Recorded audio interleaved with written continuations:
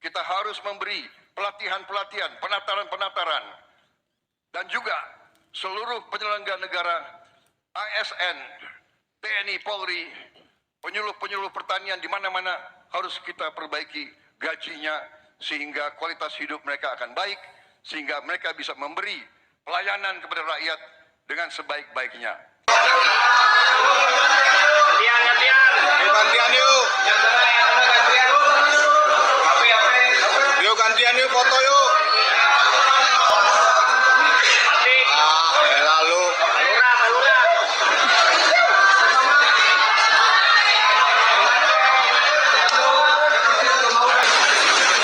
Assalamualaikum warahmatullahi wabarakatuh. Selamat sore, salam sejahtera untuk kita semua. Yang terhormat Pak Gubernur Bank Indonesia, Bapak Peri Warjio, Bapak Ketua Otoritas Jasa Keuangan, Pak Mahendra, Bapak Ketua Dewan Komisaris Lembaga Penjamin Simpanan atau LPS, saya sendiri, salah ya, Pak Anggita Abimanyu. Selamat sore. Selamat sore teman-teman dari media semua. Terima kasih sudah datang ke acara jumpa pers pertemuan KSSK yang pertama pada tahun 2026 ini. Kita akan memberitakan hasil rapat KSSK terakhir secara bergantian, dimulai dari saya, kemudian Pak Gubernur, Pak Ketua Dewan Komisioner OJK, kemudian dilanjutkan oleh Bapak Ketua Dewan Komisioner LPS. Saya mungkin akan mulai dari bagian saya dulu. Hasil asesmen Komite Stabilitas Sistem Keuangan menunjukkan bahwa kondisi fiskal, moneter, dan sektor keuangan selama triwulan 4 tahun 2025 dalam kondisi terjaga, didukung koordinasi dan sinergi kebijakan. Ya, mesti ke bengkel. Mana gajian masih lama. Pinjam. Pinjaman tunai legal dapat dipercaya, jelas tanpa jebakan. Otoritas. Memasuki bulan Januari 2026, volatilitas pasar keuangan global sempat meningkat, terutama disebabkan oleh ketegangan perdagangan dan geopolitik. Berdasarkan perkembangan tersebut, KSSK yang terdiri dari Menteri Keuangan, Gubernur Bank Indonesia, Ketua Dewan Komisioner Otoritas Jasa Keuangan, dan Ketua Dewan Komisioner Lembaga Penjamin Simpanan akan terus mencermati dan melakukan asesmen forward-looking terhadap kondisi perekonomian dan sektor keuangan di tengah ketidakpastian global yang masih berlanjut, sekaligus melakukan usaha mitigasi secara terkoordinasi, baik antar lembaga anggota KSSK maupun dengan kementerian atau lembaga lain. Hal ini berdasarkan rapat berkala KSSK pertama tahun 2026 yang telah dilaksanakan pada hari Jumat tanggal 23 Januari tahun 2026. Perekonomian dunia masih menghadapi tantangan dengan ketidakpastian yang meningkat.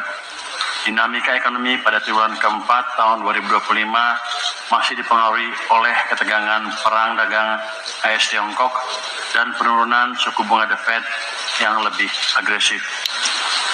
Pelambatan aktivitas ekonomi AS dan pelemahan pasar tenaga kerja mendorong The Fed memangkas Fed Funds Rate sebesar 50 basis point pada triwulan keempat tahun 2025 ke kisaran 3,50 sampai 3,75%. Pemangkasan lanjutan diharapkan dapat menopang pemulihan ekonomi dan meningkatkan aliran modal ke emerging markets. Pada tahun 2026, pertumbuhan ekonomi dunia masih akan dipengaruhi oleh dampak lanjutan kebijakan tarif impor AS dan kerentanan rantai pasok global. Meskipun prospek perekonomian AS membaik, didorong investasi di sektor teknologi, termasuk artificial intelligence dan stimulus fiskal berupa pengurangan pajak. Sementara itu, pertumbuhan ekonomi Jepang, Tiongkok, dan India pada tahun 2026 diperkirakan melambat akibat pelemahan permintaan domestik dan ekspor. Dari pasar keuangan global, ruang penurunan Fed Funds Rate berkurang disertai masih tingginya yield US Treasury sejalan dengan defisit fiskal AS yang masih besar. Ketidakpastian pasar uang global juga meningkat, terutama dipicu oleh ketegangan perang, dagang, serta meluasnya eskalasi tensi geopolitik. Sementara itu, IMF dalam World Economic Outlook atau WEO Januari 2026 merevisi proyeksi pertumbuhan ekonomi global menjadi 3,3% pada tahun 2025 dan 2026, lebih tinggi dari proyeksi di bulan Oktober 2025. Pertumbuhan ekonomi Indonesia tetap kuat dan mampu menjaga momentum pertumbuhan ke depan. Pertumbuhan ekonomi triwulan keempat 2025 diperkirakan lebih tinggi ditopang oleh kenaikan permintaan domestik, sejalan dengan membaiknya keyakinan pelaku ekonomi yang didukung oleh stimulus dari kebijakan fiskal dan moneter. Pada triwulan keempat tahun 2025, Purchasing Managers Index atau PMI manufaktur berada di zona ekspansi berdasarkan survei S&P Global. Penjualan retail tumbuh positif dan neraca perdagangan mencatat surplus. Penempatan kas negara di perbankan turut memperkuat likuiditas yang tercermin dari pertumbuhan M0 atau uang primer sebesar 11,4% year on year di Desember dan menekan dana perbankan. Ini juga didukung oleh kebijakan dari Bank Sentral. Pertumbuhan M0 yang tinggi tersebut turut dipengaruhi oleh koordinasi fiskal dan moneter sejalan dengan ekspansi likuiditas Bank Sentral dan stimulus fiskal pemerintah di akhir tahun. Sementara itu, pertumbuhan uang beredar dalam arti luas atau M2 pada Desember 2025 tercatat sebesar 9,6% year on year, antara lain dipengaruhi oleh perkembangan penyaluran kredit. Dengan perkembangan tersebut, pertumbuhan ekonomi keseluruhan tahun 2025 diperkirakan berada di sekitar 5,2%. Sementara pada tahun 2026, pertumbuhan ekonomi diperkirakan meningkat menjadi 5,4%, ditopang kenaikan permintaan domestik sejalan dengan berbagai sinergi kebijakan dari pemerintah dan lembaga anggota KSSK lainnya untuk mendorong pertumbuhan ekonomi. Depan, investasi terus diperkuat antara lain dengan peran Danantara sebagai pengungkit investasi swasta, termasuk di bidang hilirisasi sumber daya alam, serta upaya penciptaan iklim investasi yang kompetitif dengan pembentukan Satuan Tugas Percepatan Program Strategis Pemerintah atau Satgas P2SP. Pasar SBN melanjutkan perbaikan kinerja pada triwulan keempat tahun 2025. Yield SBN 10 tahun menurun ke 6,01% dari akhir tahun 2024 yang masih di atas 7%. Jadi turun 35 basis point dibandingkan akhir triwulan ketiga 2025 di 6,36% atau 100 basis point dari 7,01% di akhir tahun 2024. Ini mencerminkan kepercayaan investor terhadap instrumen pemerintah dengan tata kelola fiskal yang prudent. Di tengah tekanan global dan moderasi harga komoditas, APBN menjalankan peran strategis dalam meredam guncangan melalui belanja efektif. Dukungan APBN juga diperkuat dengan sinergi kebijakan bersama BI, OJK, dan LPS. Hingga akhir triwulan keempat 2025, realisasi belanja negara mencapai 3.451,4 triliun rupiah atau 95,3% dari APBN. Sementara pendapatan negara tercatat sebesar 2.756,3 triliun rupiah atau 91,7% dari APBN. Dengan demikian, APBN mencatatkan defisit sebesar 695,1 triliun rupiah atau 2,92% dari PDB, dan keseimbangan primer tercatat negatif sebesar 180,7 triliun rupiah. Kinerja pendapatan negara menghadapi berbagai tantangan di tengah gejolak perekonomian global. Penerimaan perpajakan hingga akhir triwulan keempat 2025 mencapai 2.217,9 triliun rupiah atau 89,0% dari APBN. Capaian tersebut terjadi di tengah tekanan penurunan harga komoditas, pemberian restitusi untuk menjaga likuiditas usaha, serta kebijakan fiskal yang ditujukan untuk melindungi daya beli masyarakat dan menjaga keberlanjutan dunia usaha. Sementara itu, penerimaan negara bukan pajak tercatat sebesar 534,1 triliun rupiah atau 104,0% dari APBN.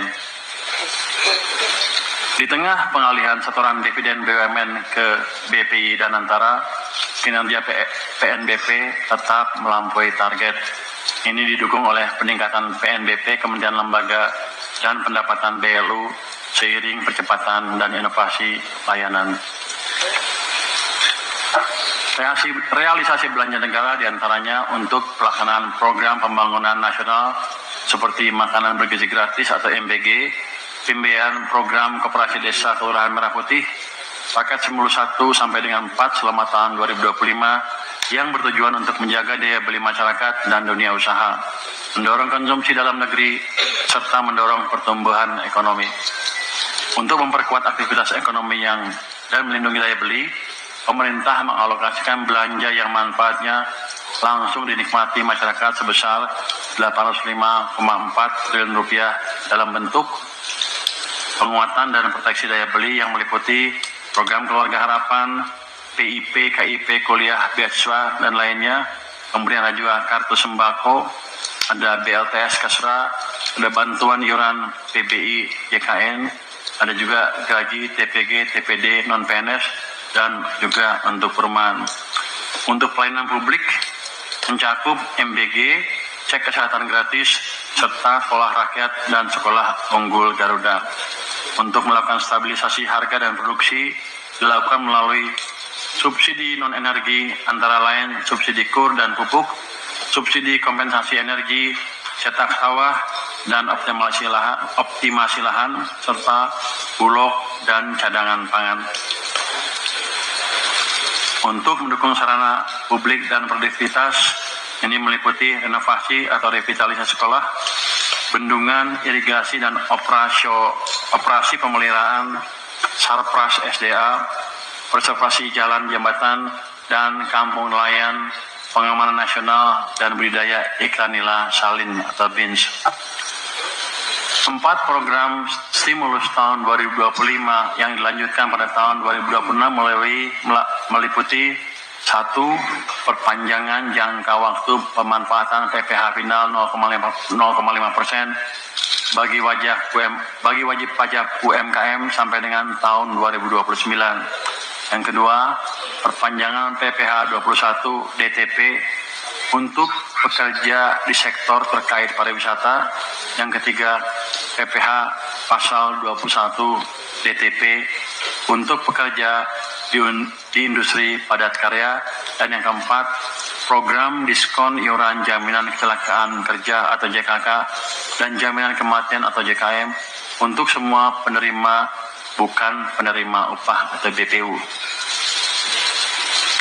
Realisasi pembiayaan anggaran lebih tinggi dari rencana, yaitu mencapai 744,0 triliun rupiah atau 120,7% dari APBN, terdiri dari pembiayaan utang 736,3 triliun rupiah atau 94,9% dari APBN, dan pembiayaan non utang sebesar 7,7 triliun rupiah atau 4,9% dari APBN.